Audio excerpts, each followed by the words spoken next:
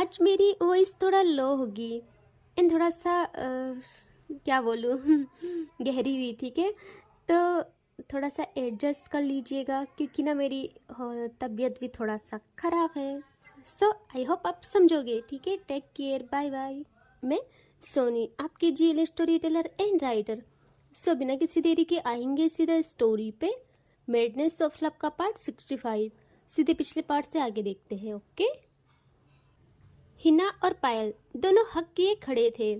पता नहीं हिना के मन में क्या चल रहा था, कैसे उसने हाँ कर ली शादी को, वो खुद नहीं जानती थी। लेकिन उसके फेस के एक्सप्रेशंस थे, ऐसे लग रहा था कि उसने कुछ तो सोचा है।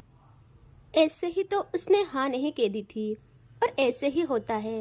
वो मन में ही सोचती है कि अब होके रहे, अगर मेरी फीलिंग सच्ची है तो मुझे वो खुद भगवान जी ही रास्ता दिखाएंगे कि क्या आगे होगा मेरे साथ। लेकिन अभी जिनमें सबकी भलाई है मैं वही करूँगी, और मुझे इनको तकलीफ़ नहीं देनी। बस इनको तकलीफ़ नहीं देनी है। इन्होंने पहली बार लाइफ में मुझसे कुछ बोला है, पहली बार। और महबूब कुछ गुजारिश करे और हम हाजिर न करें तो खाक इश्क है हमारा। यहाँ पायल पे आते हैं, जो कि बस हिना को हक ये यही सोचती थी कि हिना देखना, तुमको सारी खुशियाँ मिलेंगी। मुझे प्रतीक भाई पे पूरा विश्वास है। वो इतना तुम्हें चाहेंगे कि तुम्हारे मन में मेरे लिए जो भी भावनाएं हैं भी अगर तो वो एक भी नहीं बचेंगी। और मैं यही चाहती हूँ कि तुम आगे बढ़ो, खुश रहो बस। और बाकी तो मैं तुम्हारे साथ जिंदगी भर हूँ, जिंदगी भर तुम्हारा साथ दूंगी।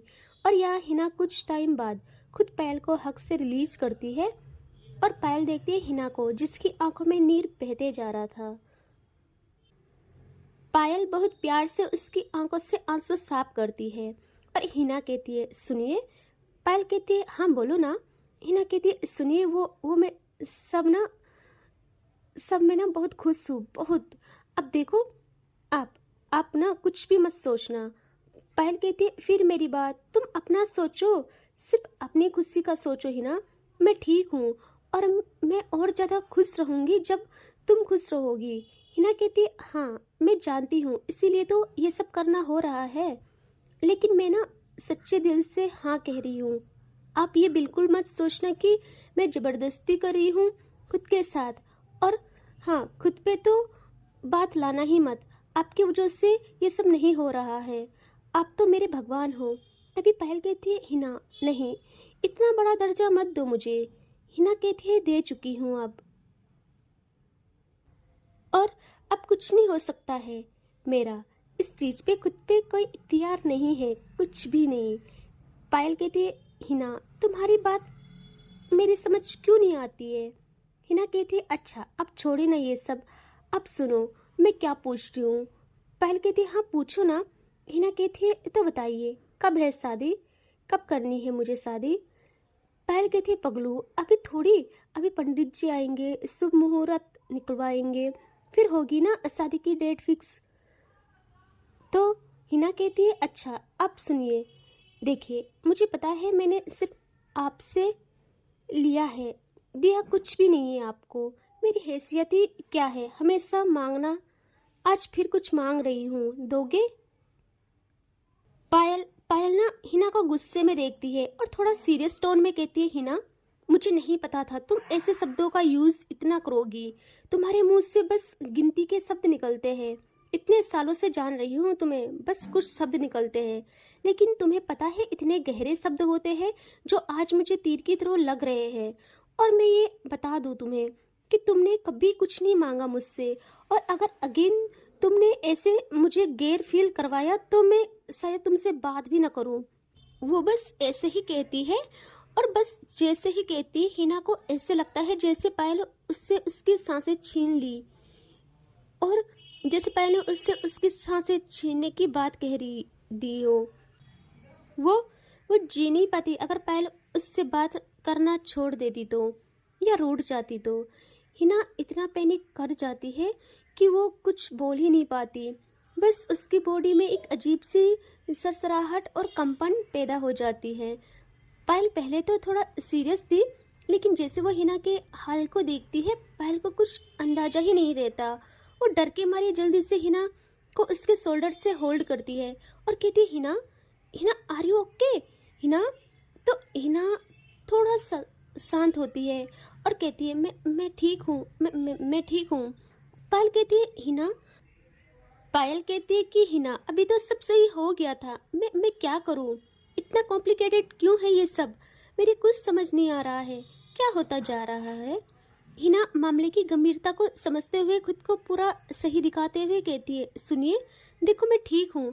और वो जबरन हंसी को अपने चेहरे पे सजाती है और कहती है, देखिए मैं ठीक हूँ, प्लीज़ आप मत सोचिए। पायल कहती है, कैसे ना सोचूं यार? हिना कहती है, प्लीज़ ना, प्लीज़, अच्छा सुनिए ना। पायल कहती है, अच्छा ठीक है, मैं भी ठीक हूँ, तो मुझे बताओ क्या चाहती हो, और बस ये मांगने वाला शब्द यूज़ मत करना, बस बताओ क्या चाहती हो। हिना पायल को देखते हुए एक लंबी सांस लेती है और कहती है, देखिए अब तो शादी होगी है ना, मैं आपसे बस इतना चाहती हूँ, एक शर्त है मेरी, मानोगे आप? पायल कंफ्यूज होके देखते है हिना को।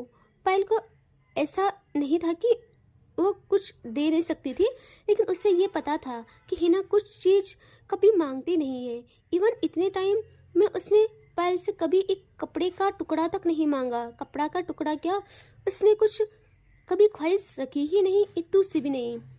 पायल को पता था कुछ ऐसा बोल देगी जो शायद मैं न दे पाऊँ, लेकिन वो फिर भी कहती है कि हाँ बोलो ना हिना, मैं प्रॉमिस कर रही हूँ, सब दूंगी।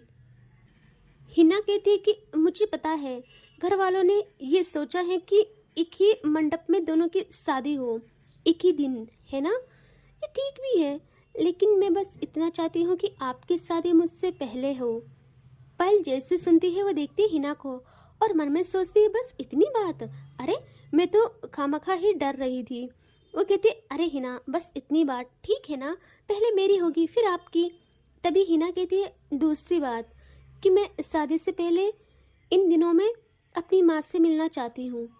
पायल जैसे सुनती है वो अपने हाथ हिना के शोल्डर से एक झटके में हटा देती है और उसके फेस पे स्माइल की जगह गुस्सा भर जाता है। पायल का ये रिएक्शन हिना को कहीं ना कहीं पता था। वो कहती है, मेरी बात तो सुनिए। पायल कहती है, हिना बस, ये नहीं मानूंगी मैं। हिना कहती है, अब सुनिए तो, वो मेरी माँ है, मैं आखिरी बार उनसे मिलना चाहती हूँ। पायल कहती है, क्या माँ है और क्या आखिरी बार? हिना, जब तुम्हें उनकी ज़रूरत थी सबसे ज़्यादा, उन्होंने तुम्हारा साथ नहीं दिया, तुम्हें यूँ छोड़ दिया मरने के लिए, और अब तुम कह रही हो कि तुमको उनसे मिलना है। नहीं, मैं ये बात नहीं मान सकती हूँ। और क्या पता तुम वहाँ जाओ और वो लोग तुम्हें दोबारा नुकसान पहुँचाने की कोशिश करें। बिल्कुल, बिल्कुल भी नहीं, मैं इस चीज़ की इजाज़त नहीं दूंगी। और हिना, मैंने आज तक उस दिन के बाद कभी तुमसे ये नहीं पूछा कि किसने क्या क्या किया, तुम्हारे पास्ट के बारे में एक सवाल तक नहीं किया, क्योंकि मैं चाहती हूँ तुम सब कुछ भूल जाओ, तुम्हारी जुबान पे तक उनका नाम ना आए, जैसे वो कभी थे ही नहीं, बिल्कुल भूल जाओ सब कुछ। तभी हिना कहती है, देखिए उन लोगों ने बहुत कुछ किया है, मैं ये कभी नहीं भूल सकती हूँ, लेकिन आपको बताऊँ एक बात, कि मेरी माँ भी बिल्कुल मेरी तरह बेबस है। वो तो आज भी मेरे लिए रोती होंगी हर पल। मेरी माँ का हाल मेरे से कम नहीं है, और मुझे पता है इसके बाद मैं कभी अपनी माँ को नहीं देख सकती हूँ। बस लास्ट टाइम प्लीज़। पायल कहती है कि हिना, तुमने क्या लगा रखा है ये लास्ट बार लास्ट बार? और ठीक है, मैं मान गई, माँ की कोई गलती नहीं है, वो कैसे ही साथ देती जब वो तुम्हारे जैसे ही कैद है वहाँ। अब मैं सोचूं, तुम इतनी भोली इनोसेंट क्यों हो? ममा पे गई हो है ना, लेकिन तुम समझो प्लीज, वहाँ वो लोग भी मिलेंगे तुम्हें, और मैं नहीं चाहती कोई तुम्हें नुकसान पहुँचाने की कोशिश तक करे हिना, वरना मैं क्या कर जाऊँगी मुझे खुद नहीं पता। हिना कहती, हाँ मैं मानती हूँ आपकी बात, लेकिन प्लीज़ बस मुझे इजाज़त दे दे, मैं अब नई दुनिया बसाने जा रही हूँ, तो माँ भी खुश हो जाएंगी। पायल पायल बहुत सोचती है और फिर कहती है कि ठीक है, चलो दोनों चलते, मिल लेना माँ से, फिर एक ही दिन में वापसी। मैं ऐसे रिस्क नहीं ले सकती हूँ। हिना कहती, शांत रहिए, देखिए आप मेरी बात सुने, शादी का माहौल है घर में, कितने काम होंगे, और आप अभी अभी तो ठीक हो के हम सबको वापस मिले हो। तो नहीं, आप नहीं जाओगे कहीं। पायल कहती है क्या मतलब नहीं जाऊंगी, और कितने दिनों का सोचा है तुमने? तुम बोल क्या रही हो, पता भी है तुम्हें कुछ? बस यह बोले जा रही हो। बच्चों वाली जिद छोड़ दो हिना। हिना कहती है प्लीज समझिए ना, समझिए आप, अपनी तैयारी करें शादी की प्लीज। मैं शादी के रिवाजों में ही लौटूंगी अब। हिना पता नहीं इतनी जिद क्यों कर रही थी आज। पहल कुछ समझ ही नहीं पाती, वो मजबूर थी, लेकिन वो मन में ही सोचती है कि यार उसकी माँ का क्या कसूर है। वो भी बिल्कुल हिना के जैसे कैद है वहाँ अपने फर्ज को लेके, लेकिन वो रिस्क भी नहीं लेना चाहती थी। और वो बहुत सोचती है, फिर वो हिना को देखती है और कहती है ठीक है हिना, तुम मिलोगी अपनी माँ से, लेकिन एक शर्त मेरी भी है। हिना कहती है हाँ बोलिए ना। सारी शर्त मंजूर। पायल कहती है ठीक है, मैं तुम्हें बता दूंगी शाम तक, और कल जाओगी। आज पंडित जी आ रहे हैं ना, ठीक है तो कल जाओगी। हिना हाँ में सर हिलाती है। अब पायल कहती है ओके ठीक है, फिर ख्याल रखना अपना, ओके। और बाकी मैं हूँ, कोई भी बात हो मन में रखने की कोई नीड नहीं है, मुझे बताओ।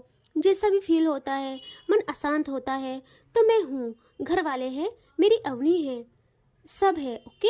हिना होठों पे मुस्कान लिए हाँ में सर हिलाती है। और पायल कहती है अब मैं जाती हूँ, ओके। हिना कहती है ठीक है, और पायल भी वहाँ से चली आती है बाहर। और अब दिखाते हैं हिना को, जो कि पायल के जाने के बाद बैठती है बेड में, और अब उसके फेस पे दोबारा से एक्सप्रेशंस गायब हो जाते हैं। वो रोती तक नहीं है, बस बैठे बैठे सोचती है मैं कैसे रह लूँ, कैसे ये सब तैयारियां देख लूँ। मुझसे नहीं होगा, मुझ में इतनी हिम्मत नहीं है। आपको तो देख भी लूँ क्योंकि आप मेरे नहीं हो, मुझे पता है, लेकिन मैं तो सिर्फ आपकी हूँ ना। मैं कैसे किसी और के साथ अपनी बर्बादी की तैयारियां करूं? और वैसे भी मुझे मेरी माँ से मिलना है, उनकी याद आती है बहुत बहुत ज़्यादा। और मुझे ऐसे क्यों लग रहा है मेरा मेरी माँ को मिलना लास्ट बार होगा। लेकिन मैं ठीक हूँ, ठीक रहूँगी, अपने लिए नहीं, अपनों अपनों के लिए। और वो बहुत बहुत ज़्यादा खुद को स्ट्रांग करती है। और अब आते हैं अवनी पे, जो कि ऊपर से जब नीचे आई थी हॉल में, तो वो आज जाती है हॉल में प्रॉपर। वहाँ पायल के घर वाले थे। अवनी आती है, सब अवनी को गुड मॉर्निंग विश करते हैं, अवनी भी सबको विश करती है। और वो इधर उधर देखती है, यह पायल की माँ कहती है बच्चा क्या ढूंढ रही हो आप? अवनी कहती है कुछ नहीं, बस वो। यहाँ पायल की माँ कहती है हाँ हाँ ये वो सब पता है मुझे। और वो टीज कर रही थी अवनी को, और कहती है पायल को ढूंढना हो रहा है ना? वो हिना के रूम में है। अवनी सुनती है और देखती है प्रॉपर पायल की माँ को, और कहती है हिना के रूम में, लेकिन क्यों?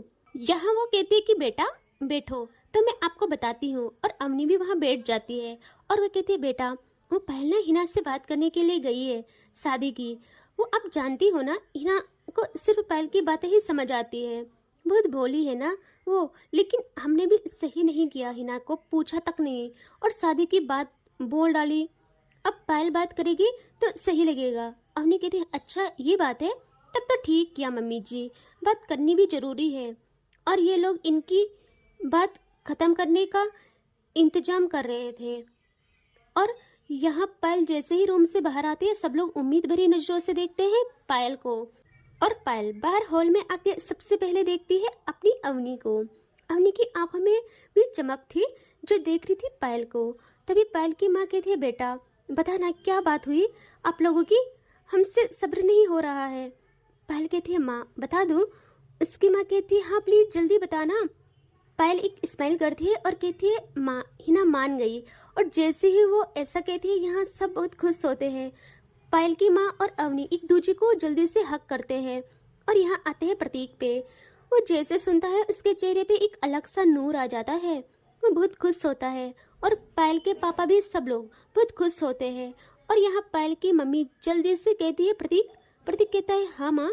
वो कहती है जल्दी पंडित जी को फ़ोन कर, बुला, शादी का दिन तय करना है, और कहना आज ही अभी आए, सुबह का पहर शुभ होता है। प्रतीक कहता है ठीक है माँ, और वो कॉल करता है पंडित जी को। और यहाँ पायल और अवनी भी खुश थे, यार उनकी शादी हो रही थी। इतनी अग्नि परीक्षा देने के बाद तो खुशी तो अलग लेवल की होनी ही थी ना। पायल खड़ी थी और अवनी सोफे पे बैठी थी, अपने बालों को अपने कानों के पीछे करते हुए पायल के साथ आई कांटेक्ट कर रही थी। और भाई इनका ना नैन मटक्का चल रहा था। आज कोई लफ्ज़ नहीं, कोई बातें नहीं, कोई टच नहीं, लेकिन ये जो फीलिंग है ये तो इन सबसे बेस्ट है, इन सबसे अलग होती है, जैसे सारे जहाँ की खुशियाँ पाली हो। और ये एहसास जो दो दिलों की धड़कनों को साथ में एक रिदम में धड़कने को बेताब कर दे, ऐसा पायल और अवनी के लिए पूरी दुनिया खामोश हो गई थी। यहाँ पायल के घर वाले पता नहीं कहाँ कहाँ फ़ोन करने लग गए थे, तैयारी करनी थी, बहुत काम थे, और ये दोनों वहीं पे एक दूसरे की आंखों में खोए। अवनी तो अपनी अदाएं पायल को शो करा रही थी, कभी अपने बाल संवार रही थी, और पायल ना बहुत प्यार से अवनी को आई ब्लिंक करती है। अवनी भी जवाब अपनी कातिलाना स्माइल से देती है। और फिर कुछ टाइम बाद पायल अवनी को आंखों से इशारे करती है कि ऊपर रूम में आओ। अवनी समझ जाती है और मना करती है, अपना सर ना में हिला के। पायल फेक गुस्से वाला एक्सप्रेशन दे के अगेन कहती है कि चुपचाप रूम में आओ। अवनी ना अगेन मना करती है। पायल इस बारी घूरती है अवनी को और कहती है सीधा सामने से ही कि अवनी। और पायल की आवाज़ में गहरा टोन था, तो सब लोग देखते हैं इनकी तरफ। यहाँ अवनी ना घूरती है पायल को कि क्या है ये सब। यहाँ पायल अपना ऑरा जमाते हुए कहती है अवनी थोड़ा रूम में आना, थोड़ा काम है कुछ। अवनी भी जान गई थी, वो कहती है क्या काम है बताओ ना, अभी हम बिजी है, देख नहीं रहे हो आप कितनी इम्पोर्टेंट बात चल रही है। यहाँ पायल आंखें टेढ़ी करके देखती है अवनी को और कहती है मुझे पता है कितनी इम्पोर्टेंट बात चल रही है, और माँ और पापा भाई है ना सब देख लेंगे, और पंडित जी के आने में टाइम है, और मुझे कोई ज़्यादा कुछ नहीं कहना है, बस बताओ कि मेरी फेवरेट वाली शर्ट कहाँ रखी है, मुझे दो और फिर आ जाओ वापस। अवनी कहती मैं बताती हूँ। अवनी कहती है कि मैं बताती हूँ ना, आपकी ब्लू कलर वाली है ना, वहाँ कबर्ड में सबसे ऊपर रखी है, जैसे ओपन करोगे सबसे पहले दिख जाएगी। पायल कहती है नहीं वो वाली नहीं, दूसरी वाली। अवनी कहती है लेकिन आपकी फेवरेट तो वही है ना। पायल कहती है नहीं अवनी। अवनी कहती है इतनी जल्दी बदल ली। पायल कहती है मतलब है वही, लेकिन मुझे दूसरी वाली चाहिए, मुझे दे दो। अवनी थोड़े नखरे से कहती है कि आई मैं, आप चाहिए। पायल कहती है अभी आओ। अवनी ना पायल को सताना चाहती थी और पायल समझ जाती है। पायल ना फेक गुस्सा दिखा के ना वहाँ से अवनी को घूरती है, और अवनी आई ब्रो उठा के कहती है कि क्या हुआ। पायल कुछ जवाब नहीं देती और मुड़ के चली जाती है वहाँ से रूम में। यहाँ अवनी पायल को जाते देखती है, उससे लगता है क्या नाराज हो गए, लेकिन मैं तो तंग कर रही थी और ये भी तो मुझे तंग ही कर रहे थे, क्या सच्ची में गुस्सा हो गए। एक बार भी पलट के नहीं देखा। अवनी यही सोच रही थी, तभी पायल की माँ कहती है बेटा। अवनी कहती है जी मम्मी जी।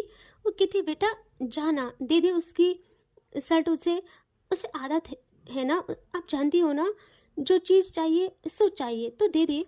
अवनी तो यही चाहती थी। वो कहती ठीक है मम्मी जी, और वो जल्दी से वहाँ उठ के ना ऊपर की तरफ जाने लगती है, और वो जल्दी से वहाँ से उठती है एंड भागती है ऊपर की तरफ। एंड इससे आगे देखेंगे नेक्स्ट पार्ट में। ठीक है, टेक केयर, बाय बाय।